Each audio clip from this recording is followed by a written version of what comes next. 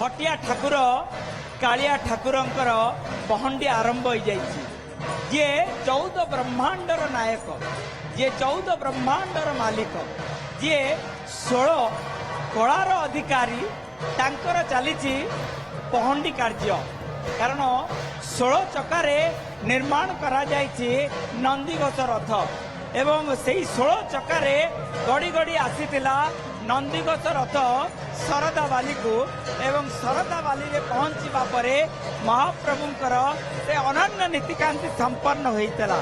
आज दिन तमाम महाप्रभुंकर मंगला आळती मैलम तड़प लागी अवकाश नीति गोपाल बल्लभ सकाळ धूप एवं तापर परे मध्याह्न धूप संध्या आळती संध्या धूप संपन्न होगा परे पहंडी आरंभ होला। गोटी पहंडी रे महाप्रभु विजय कले रामकृष्ण मदन मोहन एवं परे परे सुदर्शन महाप्रभु एवं तापरे श्री बलभद्र महाप्रभु देवी सुभद्रा एवं एबे देखुचंती श्री जगन्नाथ महाप्रभु धीरे धीरे हली हली झुली झुली टाइयार अपूर्व दोलन रे महाप्रभु चारों उपरे खसी खसी आसुचंती एवं एबे समस्त अभिज्ञ सेवायत माने लागी पड़िचंती जेमती कौन प्रकार रो अघटन हब नहीं। महाप्रभु आराम से आसिकरी ठीक के शरदा बाली रे पहुंची जिबे एवं शरदा बाली रे पाउंड पकाई पकाई शरदा बाली को पवित्र करिवे। जो शरदा बाली रो रेणु टोपे मुंडारे लगाई देले लागे पवित्र पवित्र से भली भावे एक पवित्र परिवेश भितरे संपन्न करा जाउची समस्त नीतिकांति एवं जो पति महापात्र सेवक आहत होइतिले से मध्य आसी से घोषा जल को समर्पण कले, से मध्य आसी महाप्रभुंकर वंदापना नीति संपन्न कले, से मध्य आसिकिरी आरती नीति संपन्न कले एवं शेषरे एया ही कहि परिबा महाप्रभुंकर जो सेवायत माने सेमाने महाप्रभुंकर सेवारे प्रत्येक समय रे सेवा निष्ठ। महाप्रभुंकर सेवा बिना तांकर जीवन शून्य एवं आज आम देखुले जे किभली भावे अति सुंदर भावरे श्री जगन्नाथ पहंडी करा जाइतला। जदि आम 2018 2023 कथा मन पकेबा ताको आम भूली जिबा पाछरी जिबा कारण महाप्रभु जगन्नाथंकर पहंडी अति सुंदर भावरे संपन्न करा जाउची। ये देखुचंती हमर आईन मंत्री पृथ्वीराज हरिचंदन से आसुचंती घटना संपर्क रे आलोचना विचार विमर्श करबा पाई एवं ए जो घटना रे 8 जन सेवक आहत होइचंती से आहत माननकु देखिबा पाई एवं अनेक आहत आमे धैर्य महाप्रभु परीक्षा करुतले।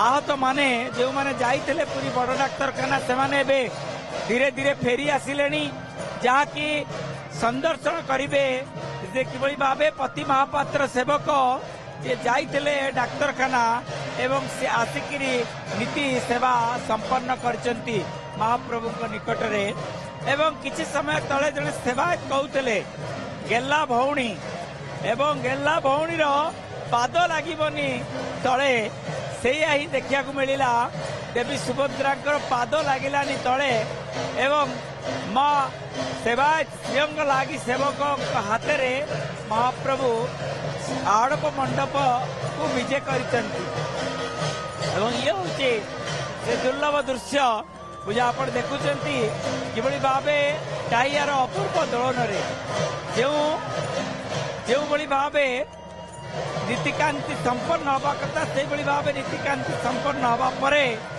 महाप्रभु श्री जगन्नाथ जे कि 14 ब्रह्मांडर मालिक कोटि कैबल्य नाथ से धीरे धीरे चारों उपरू आसिकिरी पहुंची जिबे। आउ मात्र किछि समयर अपेक्षा किछि क्षणर अपेक्षा एवं से दृश्य देखुचंती अगणित जनता जे चर्म चक्षुरे एई स्थान रे उपस्थित रही देखुचंती एई अपूर्व पहंडीर दृश्य से ही अनुभव करिवो କାରଣ ଅନୁଭବୀ ହିଁ ଅନୁଭବର କଥା କହିଥାଏ। ଯିଏ ଅନୁଭବୀ ସେ ହିଁ ଅନୁଭୂତିର କଥା କହିଥାଏ।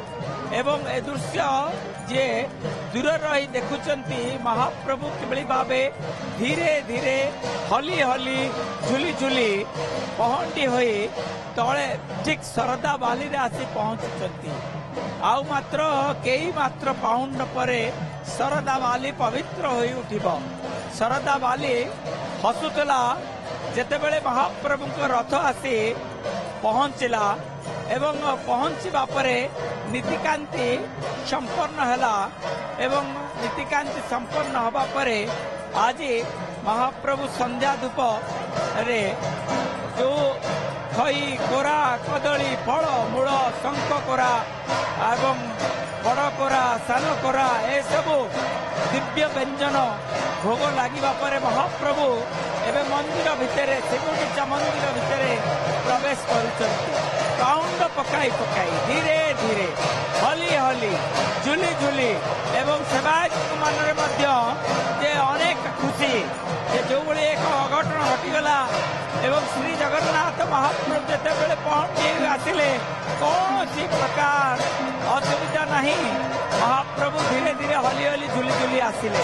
ତେଣୁ ଆମେ କହିବା ଯଦି ସମସ୍ତ ସେବାୟତ ମାନେ ସତର୍କତା ଅବଲମ୍ବନ କରିବେ, ସମର୍ପଣ ମନୋଭାବରେ ମହାପ୍ରଭୁଙ୍କର ପହଣ୍ଡି କରିବେ, ଆଜି ଯେଉଁ ଅସୁବିଧା ଆଜି ଯେଉଁ ଅଘଟଣ ହେଇଛି ତାହା ଆଉ କେବେ ବି ହବ ନାହିଁ।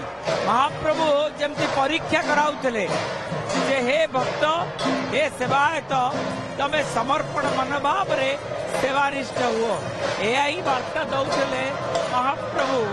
ଏବଂ ଦେଖୁଛନ୍ତି କିଭଳି ଭାବେ ଚାମର ସେବକ ମାନେ ଚାମର ହଲଉଛନ୍ତି ମହାପ୍ରଭୁଙ୍କୁ ଶୀତଳ ପ୍ରଦାନ କରିବା ପାଇଁ ଏବଂ ଶୀତଳତା ପ୍ରଦାନ କରିବା ପାଇଁ ଆପଣଙ୍କର ଅନେକ ଯେଉଁ ଛତ୍ରୀ ଧରିଛନ୍ତି ଏବଂ ଘଣ୍ଟୁଆ ମାନେ ଯେଉଁ ଘଣ୍ଟ ଶବ୍ଦରେ ପ୍ରକମ୍ପିତ ହେଉଛି ପୁରା ପରିବେଶ।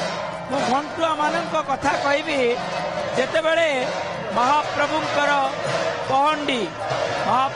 ପହଣ୍ଡି ଟିକେ ସମୟ ରୋକି ଯାଇଥିଲା ଏବଂ ସେ ସମୟରେ ଆମେ କହିବା ମହାପ୍ରଭୁଙ୍କର ଦୟା, ମହାପ୍ରଭୁ କୌଣସି ପ୍ରକାର ଅସୁବିଧା କରିନାହାନ୍ତି ଏବଂ ମହାପ୍ରଭୁ ଓହ୍ଲେଇ ଆସିଲେ।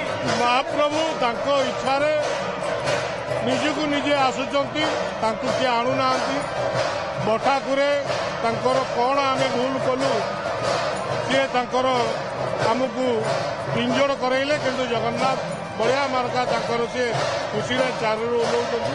ଇଏ ସବୁ ପ୍ରଭୁଙ୍କ ଲୀଳା।